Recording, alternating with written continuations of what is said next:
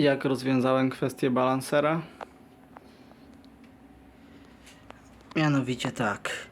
Tu mamy grubą blachę. Na słupkach zamontowany balanser. Ta blacha idzie do tej mega grubej stalowej obudowy. I tutaj ta blaszka zostanie umieszczona w ten sposób. Wszędzie blacha, blacha, blacha. I to będzie zamknięte. Także nawet jakby się ewentualnie balanser zapalił, no to ten ogień nie ma tutaj raczej szans się rozprzestrzenić. Tutaj będzie przewiercona dziura do dławika i wszystkie przewody do szeregów zostaną wyprowadzone. I dodatkowo kolejna rzecz, nawet jakby się tam coś zapaliło, co może się zdarzyć, i dojdzie do jakichś zwarć pomiędzy tymi przewodami, które są do szeregów, i przewodem minusowym, no to zrobiłem jeszcze coś takiego. To będzie przykręcone z boku tutaj tej obudowy. To jest 15 gniazd bezpiecznikowych i one będą podłączone w ten sposób, że każdy szereg i przewód minusowy będzie po prostu podłączony przez bezpieczniki i dopiero później faktycznie wszystko wyjdzie na szeregi. Przewody do bezpieczników zostały przylutowane, dławik zamontowany, otwory na bok pod płytkę przygotowane na słupki. W środku już jest balanser. Balanser został podłączony. Skrzyneczka zyskała teraz otwór rewizyjny i szybę hartowaną. Tutaj jest przyklejone na silikonie żaroodpornym. W środku nasz balanser.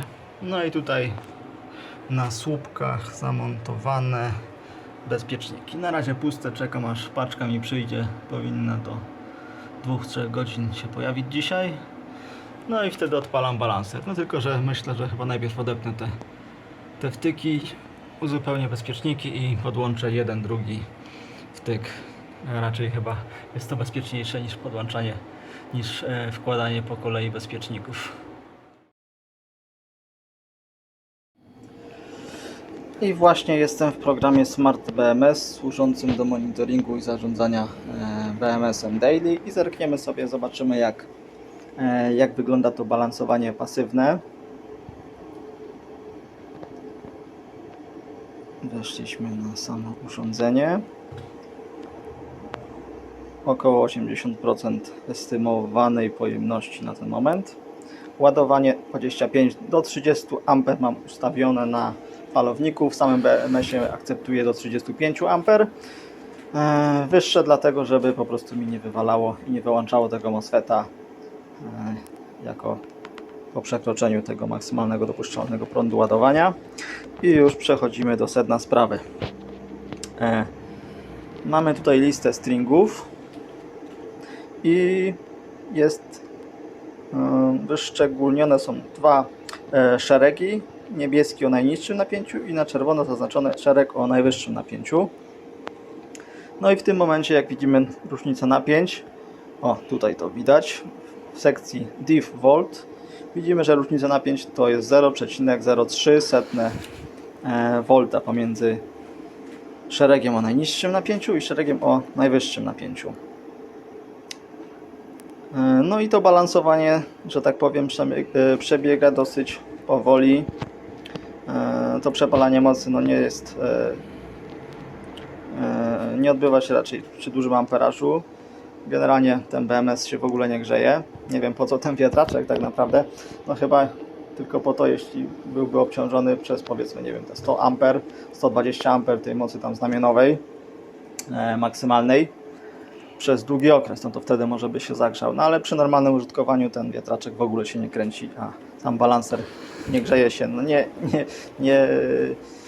jest ten radiator zamontowany raczej po to, żeby go chłodzić przed przegrzaniem w związku z procesem samego balansowania ogniw. O, widzę, że tutaj już mi wchodzi na kolejne wyższe obroty, falownik już trochę głośniej, więc odejdę, bo już 2 kW ciągnie. O, w zasadzie tutaj widzę, że nawet na ładowanie to 2 kW przez moment szło. Ok, no i jak widzimy, ta różnica cały czas balansuje właśnie tak w okolicach 0,2, 0,3 V. Także no tak to wygląda. Poobserwujemy sobie chwilkę, żeby zobaczyć jak to działa. Jak wiemy, no moc jest przepalana, więc ten szereg, który jest zaznaczony na czerwono, będzie miał obniżone napięcie, w związku z tym, że ta moc po prostu zostanie przetworzona w ciepło przez jakiś tam element grzejny. I teraz przykładowo szereg 13 ma 0,012, teraz ma 0,011, szereg 8 ma 0,402, teraz ma 4,00. Także ten szereg, który ma największe napięcie, po prostu jest ciągnięty w dół przez to, że BMS traci moc na tym szeregu przez po prostu grzanie jakiegoś elementu elektronicznego w swoim układzie. No i tak to działa. No ta różnica napięciowa cały czas balansuje w okolicach 0,03 V. Tak to wygląda na ten moment, jeśli mam podpięty tylko balanser w zasadzie bez BMS z balansowaniem pasywnym. Za jakieś 2 godziny podłączę balanser aktywny, jak tylko przyjdą mi bezpieczniki, bo spodziewam się ich właśnie w okolicach 2 godzin. No i wtedy zobaczymy, jak to będzie wyglądało. Spodziewam się, że tak jak teraz operujemy w setnych częściach volta jako różnicy między szeregiem o najniższym i najwyższym napięciu, to spodziewam się, że po podłączeniu balansera przejdziemy nie na części setne, tylko na części tysięczne. Czyli jak teraz mam 0,02 czy tam 0,03, to po podłączeniu balansera aktywnego będziemy mieli 0,002 czy też 0,003, czyli 2 zera po przecinku, a nie 1 jak w tym momencie. Więc będzie to 10-krotnie mniejsza różnica napięciowa pomiędzy szeregami. Także no, oczekuję na bezpieczniki i za chwilę kolejny film po podłączeniu już balansera aktywnego. Ok, bezpieczniki już włożone, także załączam wtyczki i za chwilę zdam relację, jak to będzie wyglądało. Wtyczki podłączone. Można zamknąć szybkę, bardzo fajnie widać tą diodę sygnalizacyjną oznaczającą, że balancer działa. I już załączam aplikację. Zobaczymy, czy będzie można coś zobaczyć, ale prawdopodobnie dopiero po czasie zobaczymy, jak te szeregi się zbalansują, ale zerkniemy teraz, czy cokolwiek się zmieniło.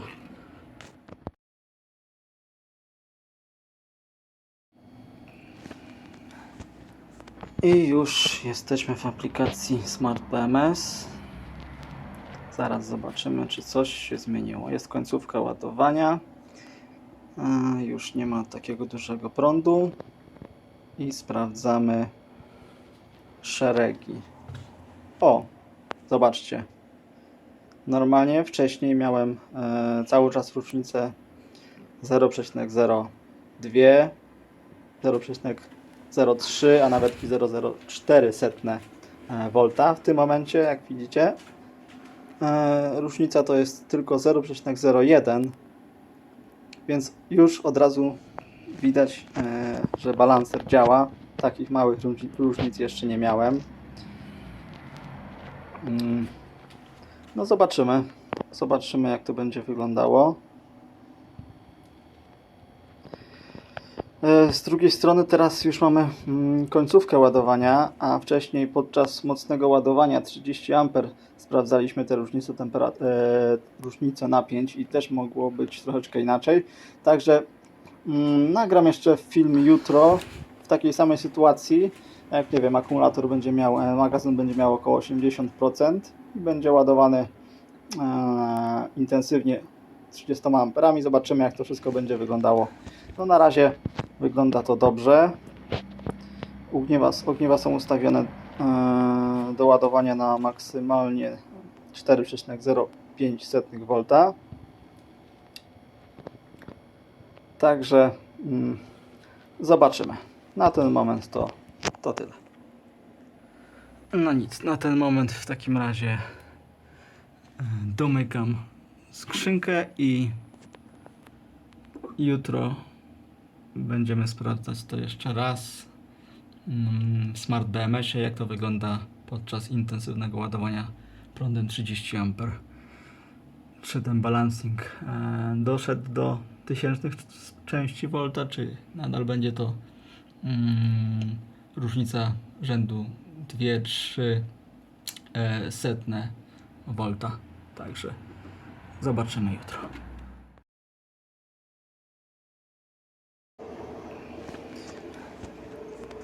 I znów jesteśmy w Smart BMS-ie kolejnego dnia. No i sprawdzimy, jak będzie wyglądał rozkład tych napięć na szeregach. Jakie będą różnice już podczas mocnego ładowania 30A, tak jak to było sprawdzane przed zamontowaniem balansera aktywnego. Wchodzimy tutaj już do naszego BMS-a i wygląda to tak samo w zasadzie jak zaraz praktycznie po podłączeniu BMS-a, czyli różnice szeregów o najmniejszym i najwyższym napięciu cały czas pozostały tutaj w granicach 0,01 1/100 V, czy tam 16 setnych V, czyli 16 mV. Różnice widać. Myślałem, że będzie troszeczkę lepiej, że przejdziemy na kilka milivolt różnicy, jest kilkanaście, no ale to i tak jest lepiej niż było wcześniej. No wcześniej, przypomnę, różnica wynosiła 0,02, 0,03 i 0,04 nawet, czyli 40 nawet ponad milivoltów. No teraz zeszliśmy do poziomu kilkunastu milivolt między szeregami o najwyższym i najniższym napięciu, także widać, że balanser aktywny działa, robi robotę. No jestem ciekawy, czy to się jeszcze zmieni za, nie wiem, 2-3 dni, czy nie będzie to napięcie już faktycznie już rzędu kilku milivolt różnicy. No ale nie wydaje mi się, bo takie ładowanie już wprowadza chaos, jeśli chodzi o różnice rezystancji wewnętrznych, różnice pojemnościowe poszczególnych szeregów i już tutaj raczej balanser chyba więcej nie działa. No zobaczymy. No, najlepiej balanser działa oczywiście, jak nie ma żadnego ładowania i sobie spokojnie może pracować i rozprowadzić ładunek równo we wszystkich szeregach, gdzie osiągnie sobie tam, powiedzmy, tam praktycznie idealnie te napięcia. No nic, no, jest dobrze. Jestem zadowolony. No i to tyle.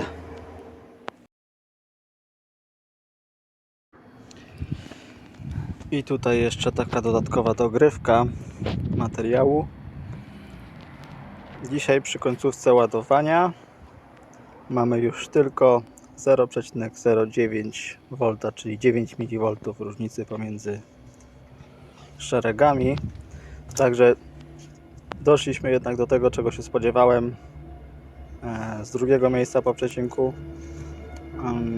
Jesteśmy na trzecim miejscu po przecinku, jeśli chodzi o różnicę napięciową między szeregami. Także balancing działa jak najbardziej.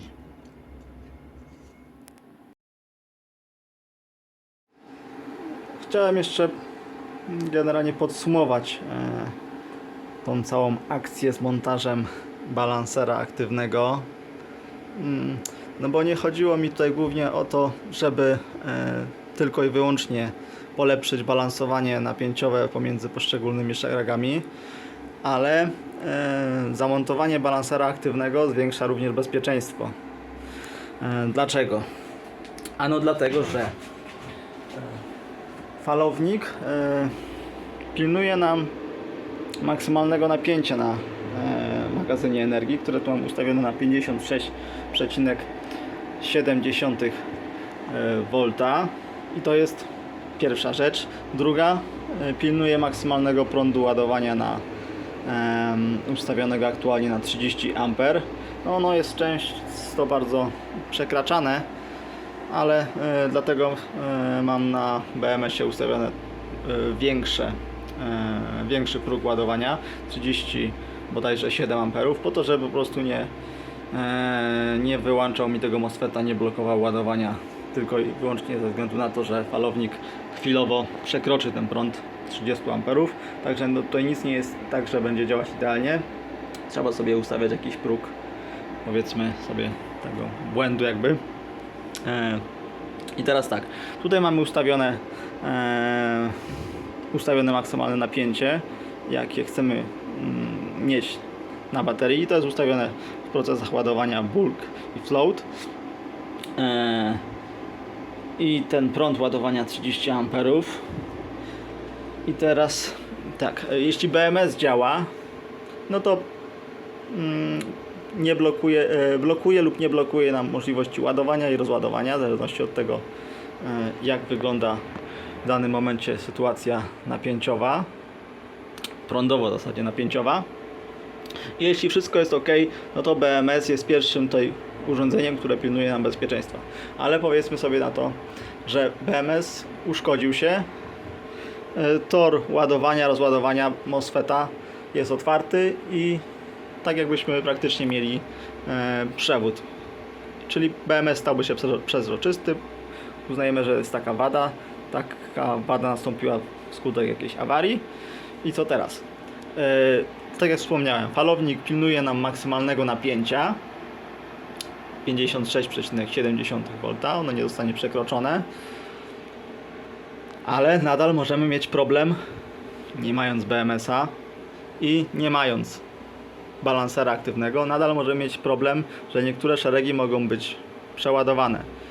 Czyli żeby uzyskać 56,7 V na naszym magazynie, możemy doprowadzić do tego, że powiedzmy szereg drugi zostanie mocno przeładowany, powiedzmy do 4,5 V, bo inne szeregi powiedzmy będą miały większą pojemność, inną rezystancję przede wszystkim i możemy doprowadzić do sytuacji, gdy jeden szereg będzie miał niebezpieczne napięcie i może spowodować to uszkodzenie jakiegoś ogniwa i pożar w najgorszej sytuacji.